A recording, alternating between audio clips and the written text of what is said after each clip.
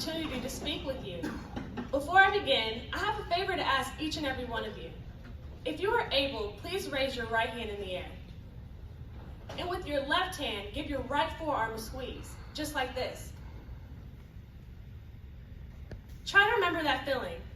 Remember that pressure. Thank you. You can put your arms down now. Did you know that there are 3 main nerves found in your arm? The radial nerve, the ulnar nerve, and the median nerve. All 3 of those nerves felt that pressure that you applied to your arm and sent a signal to your brain so you can remember that feeling. On the subject of nerves, did you know that there's hundreds of nerves found in the breast? And on the subject of pressure, let's imagine that you applied 20 pounds of pressure to your arm. Not so bad given that there's just 3 nerves. But now let's add an additional 20 pounds to your arm. That's an immense amount of pressure. According to Radiology Key, it's common for mammography systems to generate up to 45 pounds of force. And as you can imagine, applying that much pressure to a sensitive part of the body, such as the breast, could be very uncomfortable. Well, what if I told you that there was a machine that could bypass compressions and produce a superior image while also utilizing the same amount of radiation as diagnostic mammograms? Hi, my name is Aleaha Hawkins, and this is why stopping compressions could be the new progression in breast imaging. I'm a senior radiology student at Harris Health System School of Diagnostic Imaging, and I'm expected to graduate very soon, meaning I'll be a medical professional. And as medical professionals, it's our goal to ensure our patients are receiving optimal care while also ensuring that they feel comfortable throughout our procedures. Among many words patients describe after receiving a mammogram is typically the word uncomfortable. And after doing a substantial amount of research, not only have I found a machine that could possibly satisfy patient comfort, but also satisfy mammographer's comfort. With a show of hands, how many of you have heard mammograms are uncomfortable? As expected, word does travel. And as I discussed this topic with my peers and my family members, they wanted to know more about Koning Breast Computed Tomography, also known as KBCT. For example, my grandma. After I told her about the new advances in mammography, she got excited to know more about it. Unfortunately, she forgot the name of the machine, so she sent me a text. Even though she forgot the name of the machine, she did not forget the mammogram that doesn't squish you. How many of you have watched the movie Finding Nemo? Awesome. And how many of you remember the character Dory? Great. So we all know that Dory can be slightly forgetful, kind of like my grandma. But there are some things that Dory does seem to remember. She remembers the address to Find Nemo. P. Sherman, 42 Wallaby Way, Sydney. Also, just keep swimming. And lastly, and most importantly, that squishy is bad and painful. But let's get back on subject. We will be discussing cancer and how different machines and tests are used to find breast cancer, the anatomy of the breast, why patients decide not to receive a mammogram, and lastly, the issues and improvements of breast imaging. So what is cancer? Cancer is defined as a disease in which certain parts of the body's cells grow rampantly through a process called cell division. Cell division is how the cells grow, form, and multiply.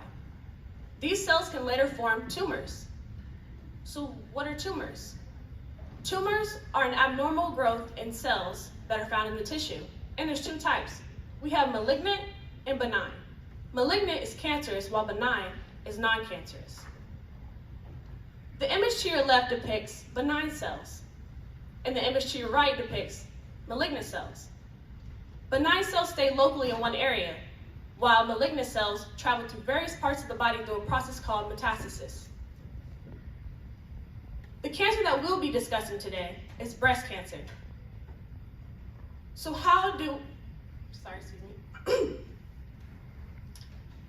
we find breast cancer? We utilize mammograms. Mammograms are an X-ray image of the breast, and here shows a medial lateral oblique projection of the left breast. The anatomy that mammographers look out for are labeled here.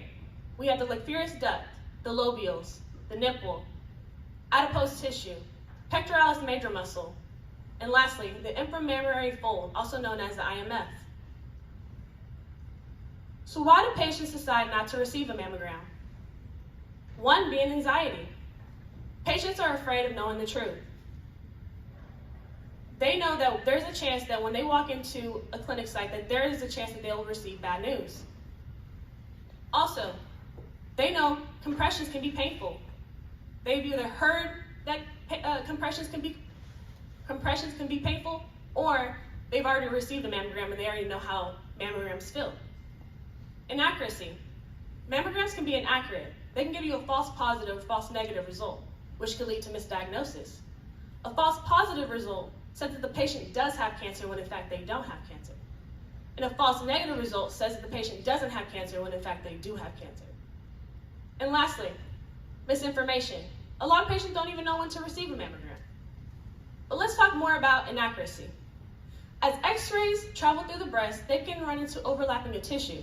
And this overlapping of tissue can cause superimposition of the cancer that we're trying to visualize. And this can lead to false negative findings. We're not able to see the cancer. Or the overlapping of tissues can look like cancer. And that can give us a false positive result. And there's two types of mammograms that patients have to receive, a screening and a diagnostic. The difference between the two is a screening is when the patient doesn't have any symptoms going on. It's kind of like an initial checkup, while diagnostic is whenever the patient does have symptoms going on and we need to further evaluate the symptoms. So what age should patients decide to receive a mammogram? The recommended age to receive an annual mammogram is the age 40. However, patients in their 20s can start doing self-examinations. And patients in their 30s, if there's a chance of high risk or any abnormalities, they should start receiving annual mammograms. So what symptoms should patients look out for? Patients should look out for skin texture changes, such as discoloration, dimpling of the nipple, desquamation, which is pilling of the skin, itching, rashes, shape and size changes, lumps or masses found. And there's many more symptoms that patients should be looking out for, but that's just to name a few. So mammography through the years has changed dramatically. At first we were using film, and now we're using digital. But as you can see, from the 1960s present day, we are still using compressions. However, there is a new technology that's not compressive called KBCT, Koning Breast Computed Tomography. But before we get into KBCT, let's get into why we use compressions. What's the importance of it? One, it reduces breast thickness, which helps mitigate the overlapping of tissues. And that overlapping of tissues, like I said before in my previous slide, could lead to misdiagnosis. Also, it reduces motion artifacts. We want our pictures to come out clear, so we're able to see and visualize the cancer. And motion artifacts can cause blurriness, so it helps reduce it.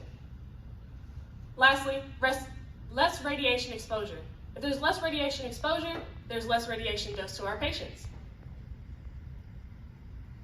So what two types of machines utilize compressions? We have FFDM and DBT.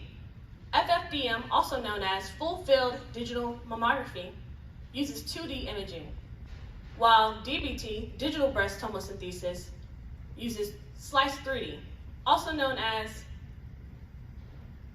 cross-sectional imaging. We have a cross-sectional image of the same rows. The image to your left, we're not able to see or visualize the small structures due to the overlapping of tissue, or petals in this situation. In the image to your right, we're able to see the fine, tiny details. We're able to see it clearly because we have higher contrast and higher spatial resolution. So more about FFDM. FFDM takes an image from the top of the breast and the side of the breast, and that's what's creating that overlapping of tissue. And the length of the study is 2 to 3 seconds long.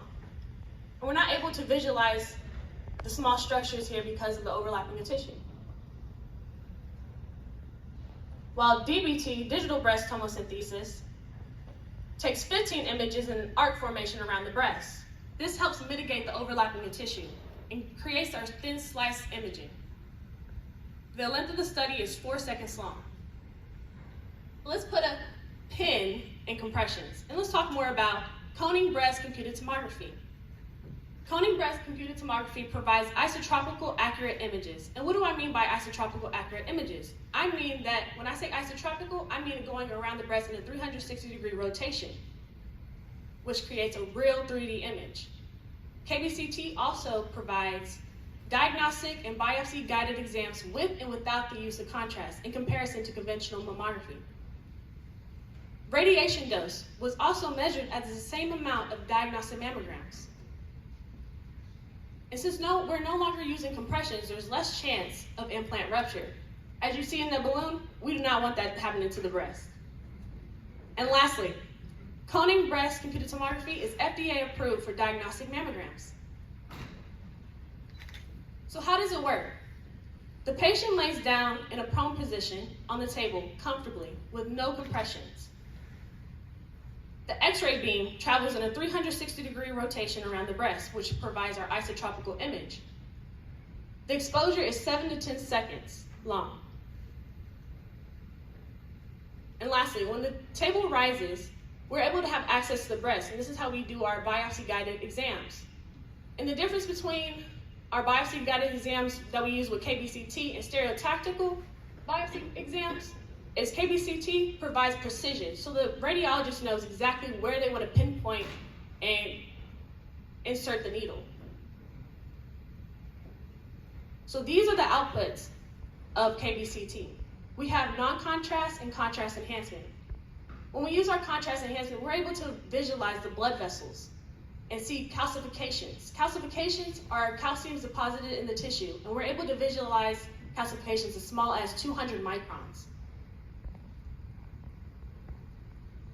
And here's a comparison of all three machines. But let's talk about the similarities first. We have low cost, low radiation, and we all can detect small tumors. So that's all good. However, the difference between DBT and KBCT is real 3D imaging and there's no compression, so our patients are laying down comfortably. While DBT utilizes compressions. And also, DBT uses a 15 to 50 degree angulation, while KBCT travels in a 360-degree rotation around the breast. And FFBM uses 2D imaging, but it also uses compressions. So where is KBCT utilized? Well, there's 20 facilities globally. However, let's talk about the United States. There's 6, one being in Florida, Arizona, Alabama, Georgia, Tennessee, and New York. So why is how could KBCT possibly be the better choice? One, it helps reduce patient visits. By reducing patient visits, there's less cost for the patient, less radiation, and we're accurately diagnosing our patients on the first try. Now today, you may forget the name of Koning Breast Computed Tomography. However, you will not forget the mammogram that doesn't squish you. And here, if you have any questions or you want to know more about Koning Breast Computed Tomography, here's a QR code right here to the left. And the QR code to the right is showing the essay that I wrote on the topic. And here is my works cited. Thank you all so